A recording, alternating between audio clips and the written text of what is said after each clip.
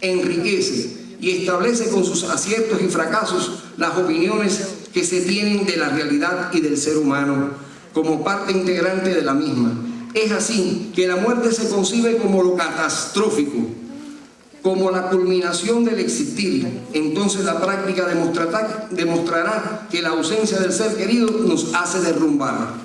Si lo consideramos el otoño insuperable de nuestra existencia, pero si la muerte trasciende su existencia, nos inspira y nos compulsa a ser mejores, a continuar el ejemplo de su existencia, entonces la muerte no significa pérdida en sí, sino que seguirá presente en su obra, en los legados, en el actuar humano de sus seguidores. Recordemos a muchos padres que son y han sido verdaderos ejemplos a seguir. Su desaparición física trasciende la pérdida de este y sigue en la continuidad de la educación de sus hijos y nietos, como estos siguen actuando. Entonces, esto depende de cómo cada persona ha procesado la información recibida durante su vida y del hecho en particular, si lo ha hecho de manera funcional o disfuncional. Tanto la información como el procesamiento de los hechos acaecidos en nuestra historia personal nos da un sentido de vida, le da sentido a la muerte. Nuestras creencias están en la base de este sentido de vida y de muerte. Nietzsche señaló, quien dispone de un para qué vivir es capaz de soportar casi cualquier cómo. Y es que el sentido de la vida, valorado como el significado que ésta posee, nos lleva a comprender de manera más clara los comportamientos y actuar del ser humano.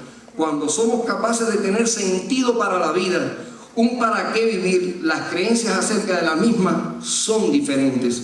Como diversas se hace la forma de ver la muerte, la pérdida de un ser querido o cualquier pérdida con sus significantes. Y es que a pesar de las dificultades que traigan las pérdidas, toda vida tiene un sentido y por ello es necesario vivir, reorientarse, lo que no quiere decir olvidar. Ni lo perdido, ni el dolor que se sufre, que se siente. No se elige la pérdida, se sufre. Las pérdidas se presentan constantemente en el decursar de la vida. Perdemos en cada etapa del desarrollo ontogénico con nuestros cambios anatomofisiológicos y psicológicos. Cambian nuestras relaciones interpersonales desde los coetáneos hasta con los padres. Cambian la posición social, cultural, la residencia que nos residió al nacer. Perdemos a los abuelos o a un hermano o hermana mayor o menor. La vida es un eterno perder, pero también es un eterno ganar. Se gana en la decisión de elegir cómo vivir de un modo o de otro. Víctor Frank escribió: por eso, a pesar de los problemas que podamos tener, toda vida vale la pena ser vivida. Y más aún cuando el hombre pone en práctica la fuerza de oposición del espíritu frente al destino, o sea, frente a aquello con lo que me encuentro en la vida sin haberlo elegido, pero ante lo cual sigo siendo libre de actuar de un modo o de otro. Y más adelante señalaba: el sentido está siempre cambiando, pero jamás falta. Y es que el sentido de la vida no nace de la nada, tiene su origen en las cosas que pasan en la vida individual, la situación familiar vivida, el entorno social, los hechos a los cuales le dimos un determinado significado, los éxitos y fracasos. Todo ello conforma las creencias, los modos de actuar, lo que esperamos o no de la vida. Por tanto, ni la vida ni la muerte tienen sentido por sí, sino por el significado que cada uno le otorga por disímiles razones. Siempre hay un porqué del significado, pero depende de nuestras elecciones para con ellas, y ahí está presente nuestra identidad y nuestra diversidad. Ahora bien, toda pérdida, cualquiera sea el sentido que le hayamos y otorgamos, transita por un trabajo de duelo, del que se ha descrito muchas etapas, todas importantes, pero más que las etapas en sí, considero que lo primordial es su carácter procesal. El duelo y su trabajo, con su búsqueda permanente de reconciliación consigo mismo, inconsciente o consciente, es completamente dinámico, dialéctico, donde el pasado retoma un significado destacado para su solución, con una percepción cambiante del presente y, ¿por qué no?, del futuro. Aparecen las culpas y siempre la indagación innecesaria de la responsabilidad no asumida o supuestamente no asumida. Los yo debí, si hubiera hecho, si los otros, y tantas inculpaciones que muchas veces hacen que se detenga el proceso normal de la asunción del dolor, que llegó para quedarse con sus diferentes tonalidades. Pero la experiencia del duelo no se reduce al dolor sentido, al sufrimiento por la pérdida. Es mucho más que eso. Es una experiencia física. Se refleja en el cuerpo agotamiento, molestia, que nada alivia. Es a la vez un estado psicológico. Aparecen pensamientos y sentimientos que ocupan la mente hasta el agobio y con el sabor amargo de que nunca desaparecerá. Es un acontecimiento social y relacional. Cambian las relaciones establecidas con los demás y con uno mismo. Las dificultades relacionales se convierten para uno y otros, el que sufre y el que quiere ayudar, en franca barrera. El acompañante, que hemos visto en el ejercicio también, cuántas formas diferentes puede también tener y cuántas formas diferentes también tiene de sufrir cuando quiere ayudar y no sabe cómo hacerlo, o cómo a veces agobia al paciente con quererlo acompañar sin tener en cuenta las necesidades del paciente.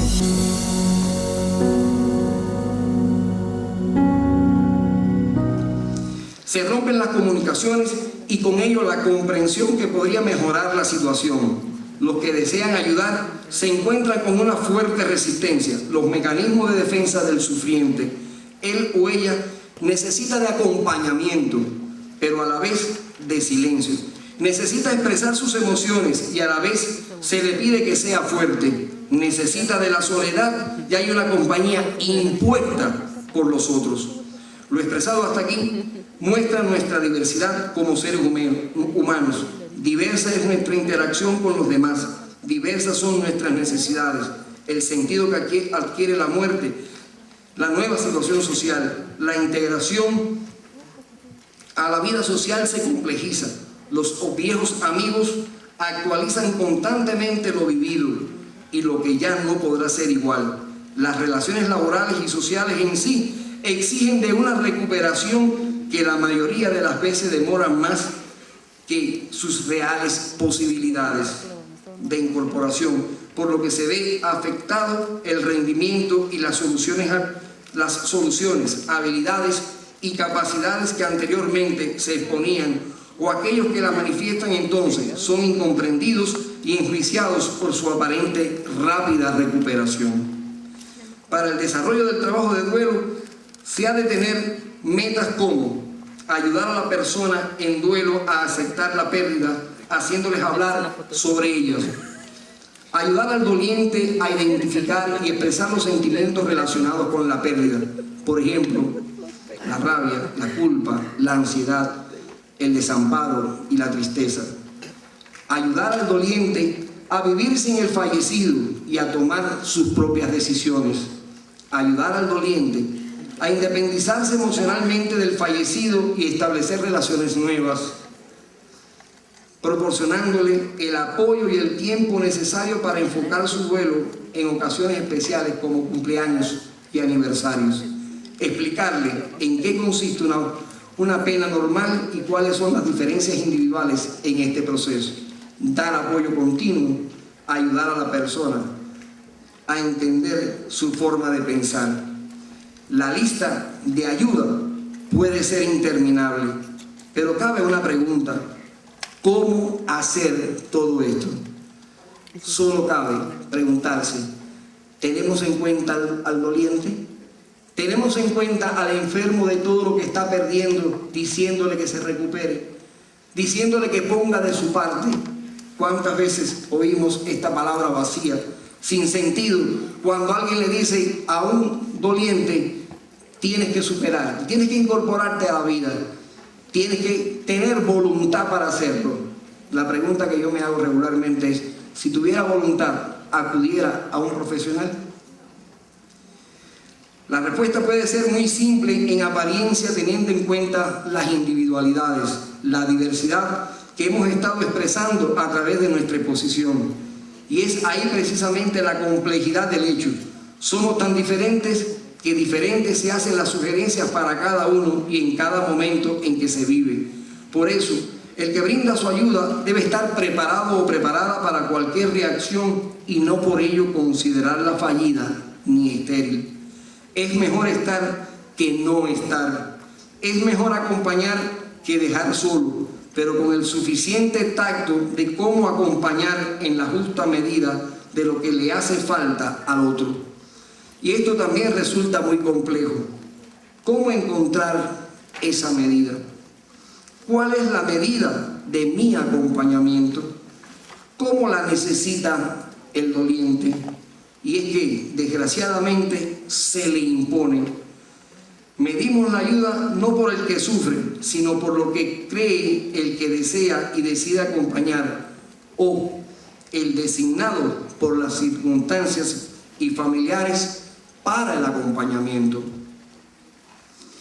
Cuando el duelo se hace patológico, los niveles de ayuda no funcionan. Se requiere de una intervención terapéutica que no puede ser cualquiera. Debe ser por un profesional preparado para el manejo de las pérdidas y del duelo.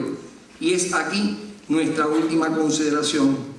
Son muy diversas las escuelas y modelos terapéuticos con sus concepciones teóricas que nunca serán totalmente acabados.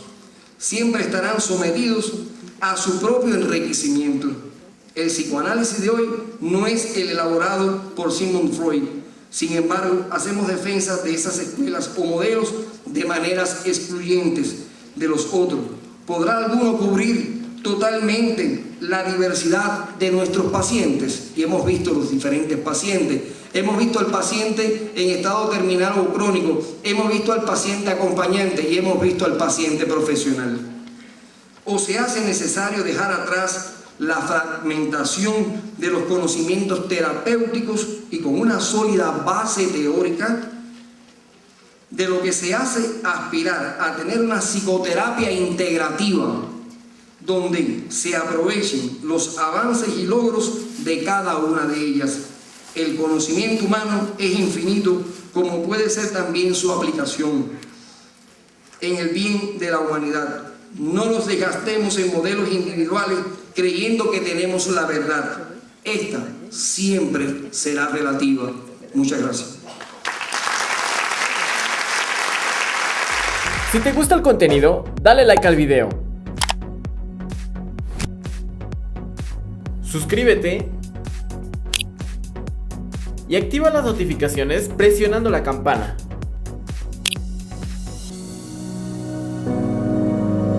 Comparte el video con un amigo o un familiar.